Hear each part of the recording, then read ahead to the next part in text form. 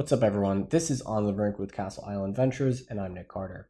This is a very special episode. It's our first episode with a repeat guest. In fact, the first episode with this guest was the #1 most popular episode of our show ever. I'm speaking, of course, of Dan Matuszewski, co-founder of CMS Holdings and the former head of Circle Trade. So Dan previously ran that OTC desk for Circle, and he's been intimately involved in these markets for a really long time. Probably the most knowledgeable trader that I know. So last time we had Dan on the show, we spent a lot of time talking about the growth of Tether and what that meant and how in 2017 mechanically Tether was created and why. Since we had him on in December, as the dude from The Big Lebowski says, some new shit has come to light. So since March, Tether has grown explosively from 4 billion market cap to over 9 billion today. So it's a really preposterous rate of growth. So I wanted to hear it from Dan, who understands these markets really well, where this Tether is going, what people are using it for, and whether there's actually non-crypto usage of Tether out there. I also wanted to talk about the Tetherification of these markets and the implications of a lot of these derivatives products, which are quoted in Tether terms and what that means. And lastly, I wanted to cover some of the most exciting news of the day, which is, of course, Dan's highly anticipated entrance into crypto Twitter and what the backstory is there. So let's jump right into it. Brought down by bad mortgage investments, Lehman, which has 25,000 employees, will be liquidated. The federal government loans American International Group, AIG, $85 billion. This is a different kind of market, and the Fed is asleep. The federal government is stepping in to stabilize Fannie Mae and Freddie Mac, the two mortgage giants that have been threatened by the housing crisis. The Bank of England has pumped £75 billion more into Britain's ailing economy with a new round of quantitative easing. You print a couple $1 trillion, and all of a sudden, people start to worry. So out of this worry, we have something called the Bitcoin. Dan Matuszewski, welcome back to the show, man. You have the honor of being our #1 most listened to episode ever, and we took that as a sign that we absolutely had to get you back on. So welcome back. Nice. I actually looked to see if I can confirm that and see if there was a ranking, but there's nowhere you can go and view it as an outside party. I don't think to see the viewers. No. Yeah, it's fine. Only I possess the analytics, which I keep very close to my chest. It's good that you're going on the record now, so I know you're not just lying to me. Yeah, no. I'll send you a screenshot. I'll send you proof. Don't trust, verify. Right? That's true. Yeah, I wouldn't just butter you up like that. Something has happened since that episode. A lot of people were like, "Man, why would Dan do a podcast episode? He's a pretty secretive guy." And then you become more progressively involved in the crypto Twitter sphere and the social media dance. So now you actually are on Twitter, which is new. Yeah, which is good. I mean, the big reason behind the secretiveness is there's some that I just didn't care about sort of being out there, but then a lot more just had the fact that we were running a bilateral OTC trading desk, and in general, if you're servicing sort of customer order flow and you're trading with a large number of counterparties, having opinions is a pretty bad thing. Right, you're not going to net win business because you are polarizing or have opinions strongly about certain things one way or another. This actually caused a lot of headaches with us at times when other people at Circle would publicly mention things, and then we would get flack for it. And it would just cause headaches generally with certain people who, not that they exerted control on us, but if you have an exchange and somebody in management is saying bad things about them or saying that they're potentially sketchy, that's only going to create headaches with you, because stuff's going to go wrong with any one of your counterparties at some point, and you're going to need to work with them. So in general, it's just better to really toe the line and do your job. Don't get involved with politics or anything in the ecosystem. So that really drove the majority of why I didn't have any public presence in any capacity. And I think that's true for I think exchanges should be the same way, right? I don't think exchanges, CoinFloor in particular, right? Made that really large announcement where they're everything else but Bitcoin is a scam, and we're only gonna do Bitcoin, and we're gonna delist everything else. And that's fine if you think that, but you're in the business of providing matching services for your customers. And if your customers want to be trading these things and matching them, I don't know if it's a great business decision for you to sort of be making statements about what you think your customers should be thinking. I think that's a bad business decision, but again, everybody free to do however they want it. I just think it's a better long-term deal for your business to sort of not be very opinionated. Anyway, that changes now, right? Like, so I can speak a little more freely, which has been fun. You work for yourself now. You're free. It's good. It's it's terrifying, but it's also like liberating in a sense. So like we've been a little more public about sort of things and opinions that we have like on Twitter. We've obviously like started a little bit. I don't think we've said anything too crazy, but then you never know, right? Like certain people take certain things different ways. But I mean, really, we're just like sort of giving color on what we see in the market, and then sort of things that we know shape different risk profiles in the industry, which I think people find useful, hopefully. I mean, that's why we're doing it. I really like the CMS Holdings aesthetic. It's I recommend everybody navigates to cmsholdings.io. Right. Our website is. I like how your motto is number go up. I mean, what else could it possibly be? Number. That's the ethos of this space. It's the goal, right? Like that's how you know you're doing well in life. But no, you've got like a clip art guy holding out 2 bags of money. Unfortunately, it's fiat, but I'll let it slide. Yeah, maybe we can spend another 5 minutes and like Photoshop that out. So actually, the other partner Julian, who like runs all of our like infrastructure stuff, made that logo, and I think he used like a hedge fund generator like website, and then we just like took it. And then like I had to spend another 5 minutes fighting WordPress to like put in the center of the screen and like that. We actually had to make a website. So we had to make a website because the exchanges kept asking for it as part of the KYC. And I was like, why do they need this? But like they would keep saying like, hey, your email that you're sending from doesn't like have a website. We need to know what your website is. So we just made it. And then like I was gonna ask like why on earth do you need a website given that you're like a prop trading desk? You gotta have it. So there's an ongoing theme that I've noticed, and people can go and like check this out themselves. But the larger the AUM of a fund, the more shitty their website is. So go and look at like some of like the really large like funds that are out there, like Rentec or like Susquehanna, or there's like a couple of other ones that are like large family offices. And it's you kind of have like Google doesn't even find them, right? So like sometimes you gotta like dig a little bit to find them. And then you put them in and like I tell you, the largest ones and like the ones with like the most assets and like some of the sharper ones will just like have their address in the top left corner and like that's and just like plain text and that's it.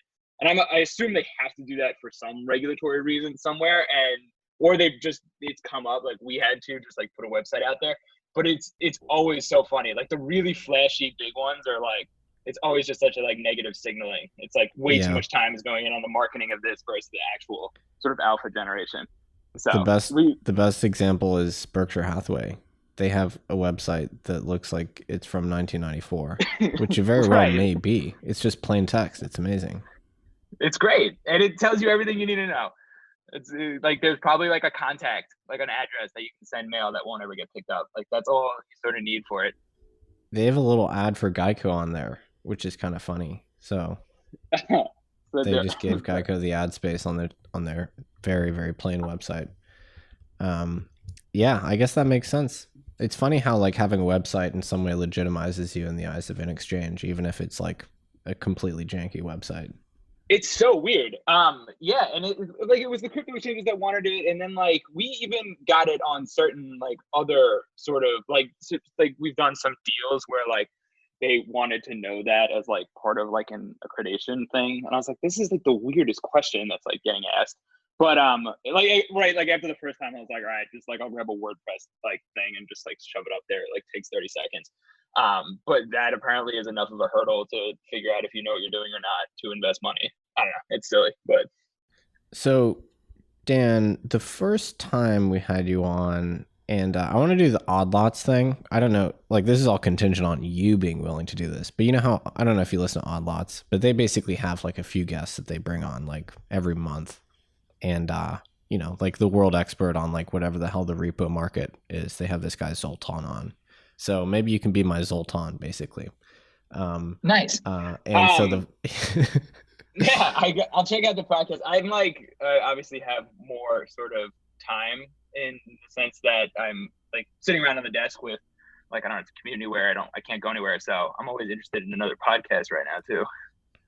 So you're the Zoltan of not to like associate you with anything, but you did shed a lot of light on Tether when we first had you on, which was great. It was interesting to hear someone who's actually like touches Tether, because most people just read about it and never use it. They don't necessarily have a reason for using it. And you shed a lot of light on it the first time around. And then since then, Tether, like the monetary base of Tether has gone from, I don't know what it was when we talked last time, but it was about $4.5 billion to start the year, and now it's over $9 billion, which is, it's a rocket ship, which is just preposterous. It has slowed in the last week, so maybe it's kind of it's topped out. It's trading under $1 too, so like it's cheaper to buy it than it is to create it. And I interpreted the premium as meaning like there's demand to create Tether, like there's people want Tether for whatever reason. I mean, if Tether's trading over $1, and like I mean this within like not just at like $1 and a bit, like if it's like 10, 15 basis points over, like there's going to be creation. Like people are going to sell that by, like they're going to make them. It can't just be 1 bit because there's that creation fee, which is 10 bips, right? Yeah, though that's changed a little bit, and there's like certain sort of, it's come in a little bit, but there's still like a non-zero cost to create it. So like once you get over that hurdle, like it comes in. So we know that like a lot of the explosion into stablecoins started in March, but like there's a lot of growing speculation that they're being used for as like a non-bank dollar alternative, just for regular like balance sheets for normal non-crypto businesses that want to transact. But then we can also observe that there's a whole bunch of Tether sitting around on exchanges. Right. So like, what do you make of this? What do you think that these roughly 4 or 5 billion new Tethers are actually being used for? Yeah. So the like business, like the case that there's like business going on in Tether, and that like corporates are paying each other. I don't think that's zero. Like I think there's some there.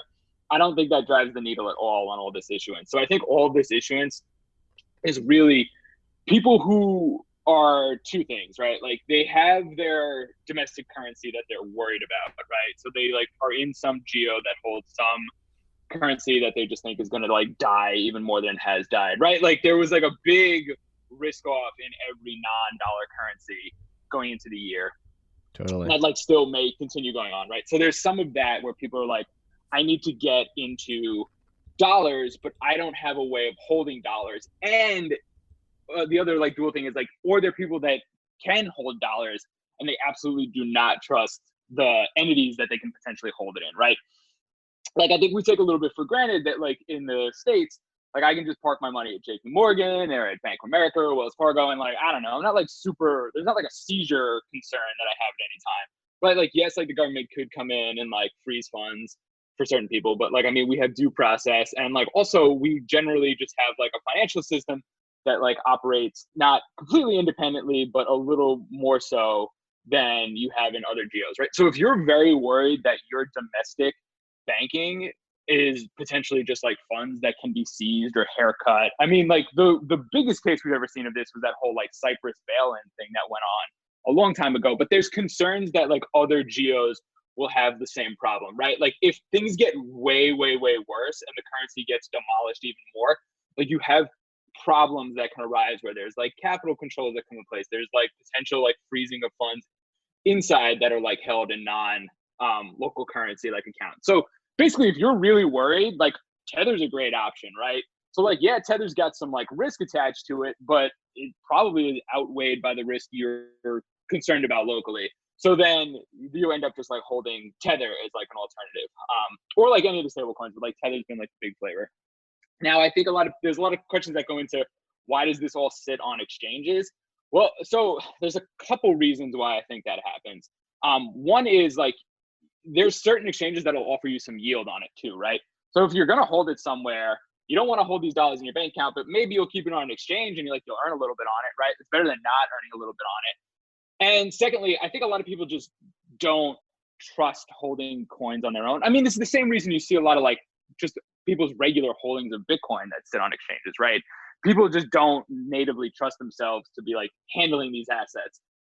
So I think a lot of them end up on the exchanges because the exchanges function as like pretty good wallets for a lot of people. So you see a lot of the assets sort of like stick around on there, which is bad, but like I get why that sort of happens. So I think that's why you're seeing it. They love intermediated access to their coins. It's the great paradox of the industry. I kind of find it funny that like if you're worried about like domestic seizure of your assets, that you're like fine with keeping them on this like other exchange, right? But I guess it's one of these problems where like it's the devil kind of thing, in the sense that like you can quantify the risk of one of them, but the other one is a little more opaque, in the sense that like leaving funds on a crypto exchange to someone who doesn't natively deal in crypto a ton probably is hard for you to like quantify that risk. Like you're probably discounting it too much. So effectively, these basically offshore, lightly regulated, to euphemize, exchanges are being treated as banks by people who don't trust the actual local banking system. And in a sense, people actually have more faith in them than the banking system itself. Yeah, and want dollars. But yeah, that's like, I think the primary thing is they want dollars, and then they want dollars like hidden away. I mean, like there's definitely like a desire for, I mean, look, like Euro Tether isn't exploding in volume, and that tells you something. Yeah, what are the interest rates like on Tether? I mean, are they meaningful, or like I feel like they can't be that high, right? They're a couple percent. They should be. Like, I mean, if we go to borrow it, like we're paying that much. So like I have to think that there's like a pretty good. So the best way to get an idea of what like the Tether implied like rate is to look at the curvature of the Tether based futures, right? So if you look at like what that curve looks like, you can back out the implied rate to lend Tether. And so was that rate fairly high when there was a shortage of Tether, and then it declined as Tether was produced over the last few months? To be honest, like Tether has just been like a one-way rocket ship, and the curvature has like traded around a lot. So like I would say the signal to noise ratio there is probably none. But like that being said, like over year-long or like multi-year periods, like there's like a 4 to 5% implied lending rate that you get for your Tether. But like if you look back in the last 3 months, like I mean the SEP contract now, which only trades, call it 4% annualized, was like 50% negative annualized at like the lows of the March crash. So like we had like a big washout of leverage, which is going to like really make it noisy to look sort of on like the short time horizon. But like I would say in general, you don't see like cash lending rates get really high and then like Tether issuance get like jacked up. I think that's just why you're seeing it like get to exchanges a lot. Would you say that the interest rate reflects just the inherent uncertainty around the backing of the product, or the potential regulatory concerns, or the fact that one day those banks might get seized, so people would want that compensation for holding the asset? No, the lending rates tend to mirror cash. So like it's really just that the lending rates are dictated by demand for leverage. That's like purely what does it. And it just happens to be that like people will use Tether instead of dollars, right? Like I don't ever see like a huge difference between like Tether lending rates and cash lending rates. They stay pretty close. You'd think that there was a risk premium there. Well, I mean, like Tether sticks around $1, right? Yeah. I mean, it has traded close to par for a long time now. Right, and those curves tend to look pretty similar to each other. I think something that like people forget, which is like 100% going to be a risk event that happens at one point, is that you've got a ton of these like Tether-denominated futures exchanges now, like Binance, OKX, Huobi, that the base currency on those things is Tether. Now, at some point in the future, there'll be another risk event on Tether. It just like it happens, right? Like we get one every couple of years, and Tether's going to trade down to 90 or 80 cents on the dollar. And that's going to just totally F with those curves, right? Like, and what happens is the price of crypto jacks up, right, in Tether terms. So like being long Bitcoin or Ether or any crypto against Tether is sort of an implied bet that Tether might crash. You get what I'm saying? Because if Tether were to like take a digger, the price of that future is going to like rocket ship up. So you sort of get like a built-in put on Tether when you're long those futures. Oh, that's interesting. So if Tether ever trades at a discount again, those exchanges are going to be printing some really wacky prices, I guess. They're not going to look very reliable. They're not going to be wacky. It's just going to be, people are so used to looking at the Tether future as like being like the cash future, but they're not, right? Like, so what you're going to see is like the Bitcoin price on Binance is going to be on the moon because it's actually against the Tether cross and not against the dollar cross. But it's gonna really wonk with those futures curves. Like I'm sort of shocked that everyone has gotten so complacent about Tether-based futures. But I mean, I don't know. It's a problem until it's not. Yeah, I mean, one interesting thing about the last 12 months is the tetherification of the crypto exchange industry, in that Tether basically replaced, for the most part, I would say, BTC as the base currency, which is like not really being talked about very much. It's been going on for a bit. Yeah, I mean, people are just like really comfortable with Tether now. You see it. I mean, it's pretty ubiquitous amongst like all the exchanges. I think I had a tweet in there about like Kraken not taking USDT ERC20 just because, like, I mean, we move a lot of Tether around. Like everybody moves a lot of Tether around, and like you like want that pipe built into an exchange. Like it's starting to become something that like customers just demand. Do they just use the Omni USDT? They only use Omni, which is like kind of annoying, especially because the mempool is getting a little jacked right now, and like it just takes a while. Like I'm not gonna lie, like whatever your feelings are about Bitcoin versus ETH, like the USDT and USDT on ERC20 is just by far a better product. Yeah, I mean, this is something that I've been thinking about for a while now. Basically, the dollarization of public blockchains. Tether has totally outstripped Ether in terms of like being the transactional unit on Ethereum, which is pretty weird to think about.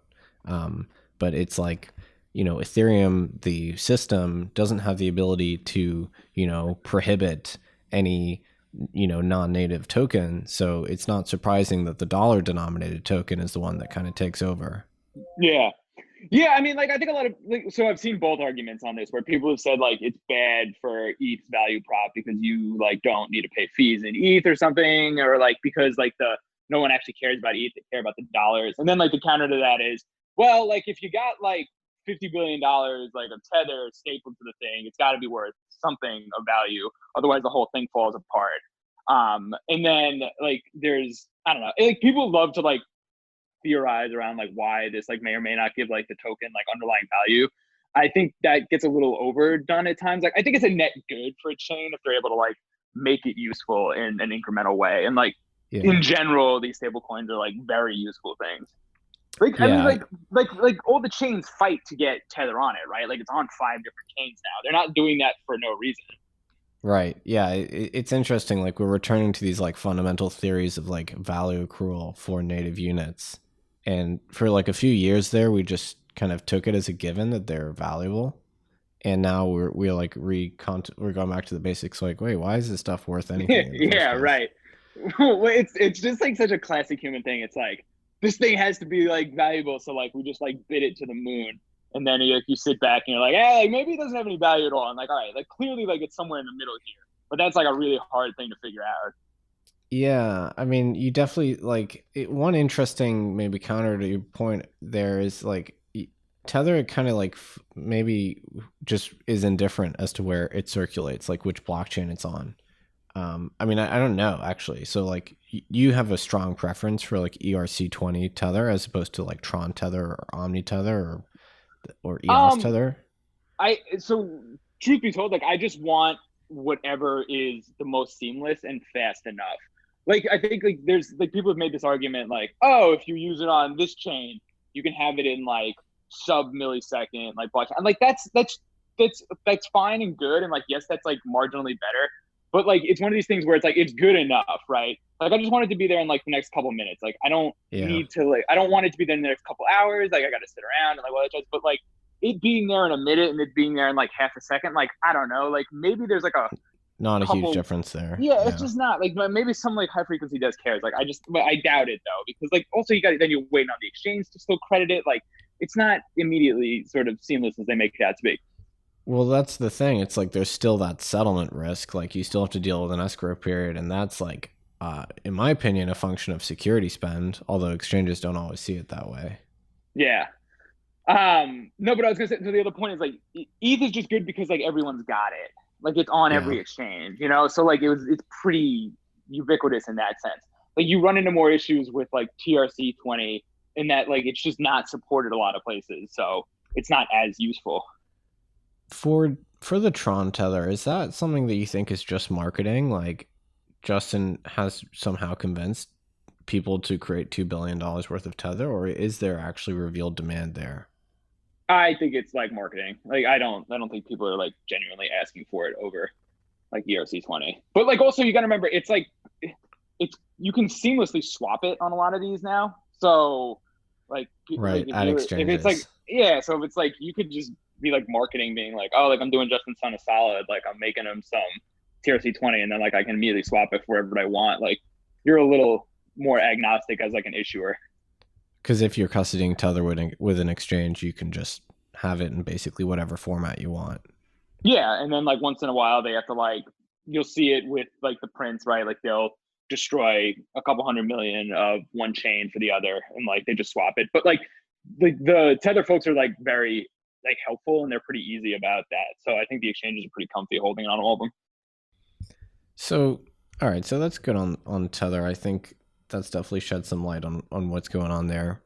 I'm looking for anecdotes for people using tether for kind of non-crypto, regular old transactional purposes. So if anybody finds evidence of that, definitely get in touch. I'm trying to see if it's actually happening. Let's move on to some of your recent hot takes. So you put out some contradictory tweets this morning saying the mempool being jacked is bullish and bearish. So which one is it? No, so I think the whole point was like, I don't think there's anything to it. But I will say that like, I mean, this is like a data point and like, don't take this like in any sort of like, this has to happen. But like, I mean, the mempool has always gotten really jacked during like really big runs. Like, I mean, in 2017, like it became somewhat unusable. And I think that was actually, it was bad for Bitcoin. It was good for alts in the sense that like, I think you actually saw a real spillover of people being like, F this, I can't even like move this damn thing. And then they were like hopping over to like other chains, ETH in particular. I mean, like we paid, I paid a $500 transaction fee once because of like a bunch of like really badly formatted unspent inputs in a wallet that Circle had. And I was like, this is ridiculous. And like, I think we made like $1,000 on the trade. And I was like, I just ate half of the edge on this thing, just like sending the coin to the guy. I mean, like it was our fault for the way it was like structured and like, but you get into these issues. We ran into this issue a lot with like the infrastructure at Circle is if you're doing a lot of spends for like a retail wallet, you end up with like a really large UTXO set. And like, you get to a point where like some of those outputs are like unspendable at like certain fees because like they just like eat through more than like, or a significant percentage of like whatever like the value is. So like that it's bullish in the sense that like it means people are using it, right? Like there's a lot of stuff flying around. I mean, we've got some like backup of like the blocks because of like the halving and like the readjustment. But like to be fair, we just had like a huge diff readjustment during the crash, and I don't remember the mempool being this like jammed up then. So like, and they seem to be similar order of magnitude of like the reset. So I don't know. Like I would say that it's good that people are out there like moving stuff around. It's odd that there's really old inputs moving around. I don't know what that's about, but. And even like the Bitfinex hack coins had a small move last night too, which was weird. Though they've moved before in the past, so it's not like as alarming. But anyway, like I think that is like the underlying theme on it is like this is probably pretty good that like people are using it, they're paying for it. Like it's also healthy for the miners to have like additional sort of income to offset the like halving. But then my next question is like, all right, well, what's the reason it's all moving around? Like, is this just like a sort of blip on the radar? But I don't know. Trend's your friend, right? Like, stuff's happening. I'm of the opinion that fee pressure is a good thing, generally. Of course, it can get really bad. But, like, to me, healthy fee pressure, it probably has to be more efficient than what we saw in 2017. But the good news is that we have more block space. Like, we have, on Bitcoin, up to 4 megabytes of block space, although you can't realistically get to 4, but we have at least double. And then, you know, like exchanges finally started batching and, you know, started using native SegWit outputs. So you can probably pack, I don't know, 2 to 3 times more transactions in the same block space now, which is pretty good. So Yeah, definitely. I would be really depressed if we didn't have fee pressure, because that would basically signal that the capped model didn't work. Yeah, right. You can take it to the other extreme. Like if there was none, that's like a pretty telling sign that this isn't like a good thing. Yeah, I don't know. I'm like really curious to see how that all evolves over like the coming years, like the sort of fee market. I find that we run into the issue, and this was like definitely more of an issue when we were at Circle and we were moving a lot around constantly, is that the biggest headache wasn't so much that you had to pay a certain amount. Like that was always fine for us. It was just really hard to model how much you had to pay to get in. And like that was like annoying. We never had like a really good solution. And maybe there is one and I just don't know about it now, or like it's been invented to like be like, I just like want to pay up to $100, like get me in the next block. Just like get it done, you know? And like where you end up seeing, like I always looked at like the Bitcoin fees thing on the earn.com, right? And there was like, you could tell where the exchanges were setting their fees per byte, because there'd be like these big chunks of like, then you're like, all right, I just got to get one in front of that thing or whatever, right? Like, but it was annoying because it was constantly had to be like reshuffled. Well, that's the problem. It becomes a feedback loop because people look at the fee prediction engines and then they try and beat that, and then you're trying to beat them, and so you get this positive feedback loop of fee estimates, which is super, super bad. And that's part of the reason fees were so high, because it's just bad fee estimation. I gotta think at some point in the future, like miners just start pre-selling like loaded space in the blocks. Yeah, I'd be shocked if that wasn't happening. Like, just selling tranches. We already have out-of-band payments that happen to miners. I don't know if you ever use these fee accelerators. Yeah, the accelerators. Yeah, but every time you want to use it, everyone wants to use it, and then it's like jammed up. If you think about it, that's a form of fee abstraction because you're paying fees in dollars. True. You know, true. So that's the fee abstraction everyone's worried about. Yeah, I just think like if you're like a big exchange, like you at some point start cutting deals with like miners to like smooth that out for you at least a little bit, so that you're like in times of like high usage, you're right, like because you're paying a flat rate now for like an unknown like fee thing, and I think it's good for both. Like I think it's like a win-win for both parties in that case. But there's only a handful of people it makes sense for. Yeah, but you know, the problem with exchanges contracting with miners for guaranteed allocations of block space and like privileged positions is that it like kind of breaks the assumption that miners don't really know what the transactions are all about. And then it like leads down the road of, well, effectively the exchanges now have a certain amount of control over the contents of the blocks, you know? And so by being a large holder of coins, you then have influence over what happens to block space, which is like effectively proof of stake. So it's like a really roundabout way of potentially getting to a proof of stake world, which is a little scary. Yeah, it's weird. I mean, like I think it's gonna happen. I guess I just haven't really thought too much about like what that means as like a larger sort of ethos of it. I think both exchanges and miners will eventually cartelize, and people probably won't like me for saying that, but that's like certainly one way this goes, is that large exchanges and large miners have these like agreements for guaranteed block space. And then you see more stuff like the Binance API hack, where exchanges operationalize these like automatic counterattacks to pull the coins back. Yeah. I think that's gonna be formalized. I wouldn't be surprised. I mean, it all kind of makes sense. It does, but it kind of institutionalizes Bitcoin, and like not in the good way necessarily. I mean, I don't know. I mean, I guess I just take the tact of like the fact that the miners have been so big for so long, and it is like sort of that way. Like it kind of already happened, right? Like you're like finally acknowledging the fact that they like operate as like single entities. First, like this idea right now where you just like pretend like it's not happening because like it isn't. You know, like it's. In my mind, if like those two people could collude right now, that's just as bad as if like they are like potentially doing something that's not nefarious. Yeah, Hasu had a good take on it. He said we have no way of proving that miners aren't colluding right now, so we just have to assume that they are. But even if they are, they have Bitcoin's best interests in mind because they own ASICs, which depreciate a lot if the price of Bitcoin goes down. So they still want to maximize the long-term value of the coin. Yeah, I mean, I think everybody's on the same team. So, and it's really hard for somebody who's not on the team now to like jump in. The spoiler is if miners become like perfectly hedged or whatever. I don't know if they ever would, but they'll have the tools to. Oh yeah, then they don't care. I don't know. Yeah.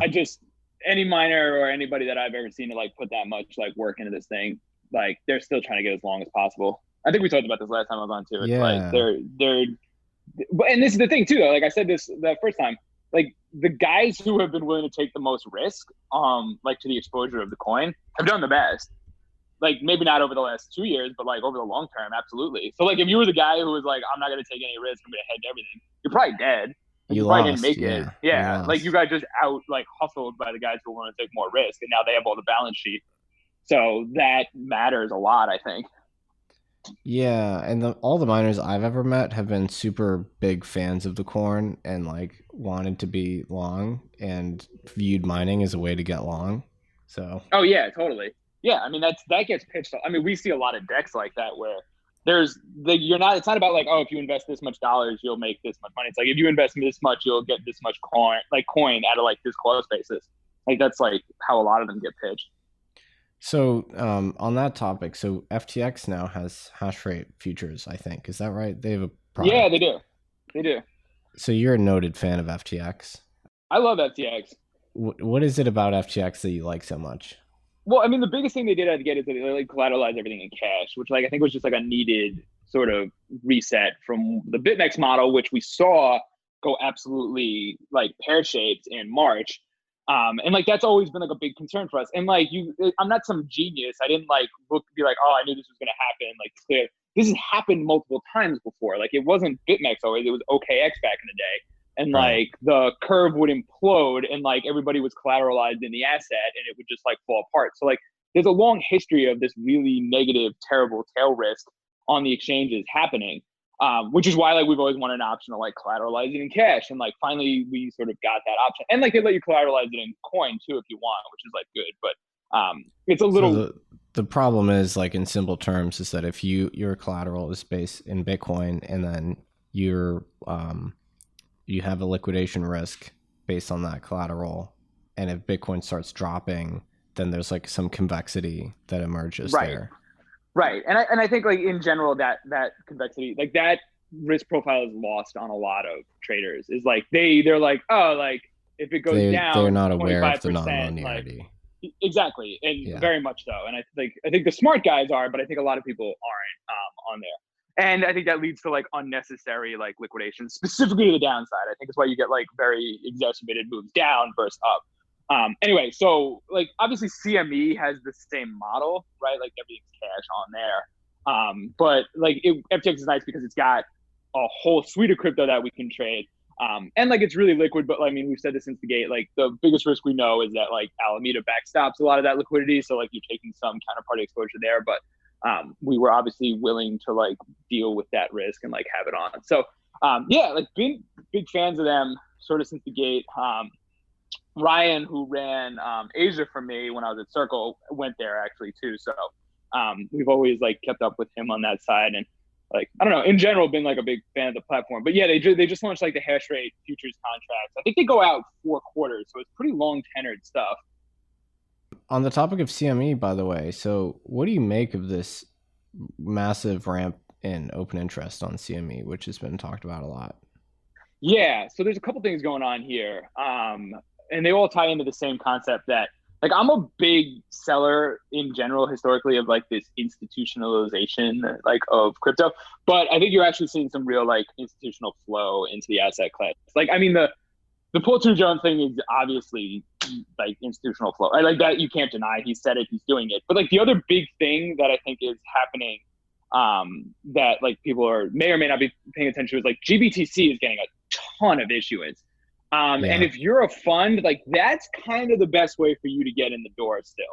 And it's great because you get premium on it, right? NAV, so you get a little juice at NAV. You're not going to buy it on the exchange. You're going to buy it at NAV. And I think you want to look at the NAV issuances because that's going to give you like a good idea of like where that's all coming through.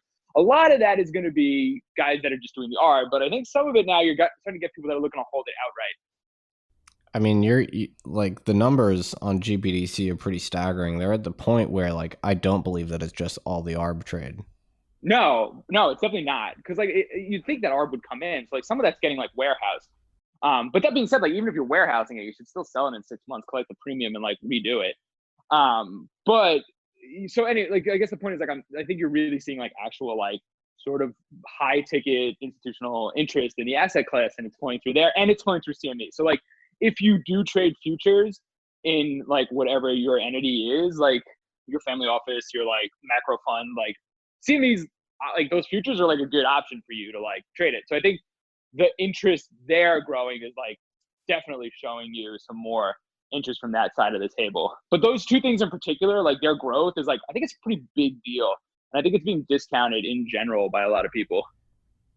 Yeah, and like, what would you say to the people that say, well, this is just a cash settled product, it has no effect on spot Bitcoin whatsoever? Because it's getting hedged out anyway, right? Like, I mean, like most likely that futures flow is being hedged out by a market maker, like potentially in the cash market. A lot of times it's just going to end up on like one of the other futures markets, but like the cash in the futures markets can't be disjointed forever. Like it doesn't work like that, right? Like, I mean, they could stay there for a while and you can like make a lot of money doing the arb between the two. But at the end of the day, it's still people that want net exposure to the asset class. I don't know. I guess there's always going to be a contingent of people that like, we see this in the gold bug community as well, that are just right, convinced that the like financial versions of these commodities are like totally divorced from the underlying. Yeah, I mean, I don't think Bitcoin will shake it either, right? That people just like blame the futures sellers for like the price being kept low. I mean, I don't think you can, like, it's one of these things where like no matter what you say, I don't think you actually ever win that argument. In my opinion, though, like in general, like that those two can't remain disconnected for an indefinite period of time. Like they'll like that doesn't work. So like at some like in short term, yes, that's probably true. Like there's probably portions where like the paper market is like moving the price like out of whack from its natural sort of steady state in the cash. But those will come home at like some point. Like that's not like something that exists for like 40 years and like is the only reason gold never traded above a certain level. Like I just don't buy that. Yeah. So Dan, this has been great, man. Thanks for coming back on. Hope to have you on in the future as well. And yeah, now sure, you have someone to shill. Like follow Dan. Yeah. You're at least partly behind the new account CMS Holdings on Twitter. I have done at least one tweet. That's all I will admit to. Okay. All right. So it's probabilistic, but you know, your tone sort of comes through a little bit. So that's true. But maybe Bobby's tone is just like mine. You guys just don't know. You never know. It could be anyone. Do you have anything else to shill? We're all about letting people shill. I don't have anything to shill. I mean, like the big thing I think people need to take notice of is that there's an actual very large cash demand in the market. And I think as long as that outstrips, like the new supply, I think is like immediately getting outstripped, right? So like any new issuance, I think is like already like sort of spoken for. But like beyond that, like I do think there's a temporary imbalance in the sense that I think there's like a lot of sort of levered interest against the sort of current trajectory of the cash market. And I think that is like a temporary imbalance that will correct itself. If that makes sense for all your readers. Like basically, I think those are things that people need to be paying more attention to is like what those two markets disjoint to. And I think basically ever since we like ran back up from when the market got like whacked in March, like that has been a persistent imbalance that has like caused a lot of pain for levered traders on the future side. Well, I will link to the thread you had about that. But yeah, shilling ideas is very welcome, of course. Cool. Thanks for coming on, man. Really appreciate it. Thanks. Anytime.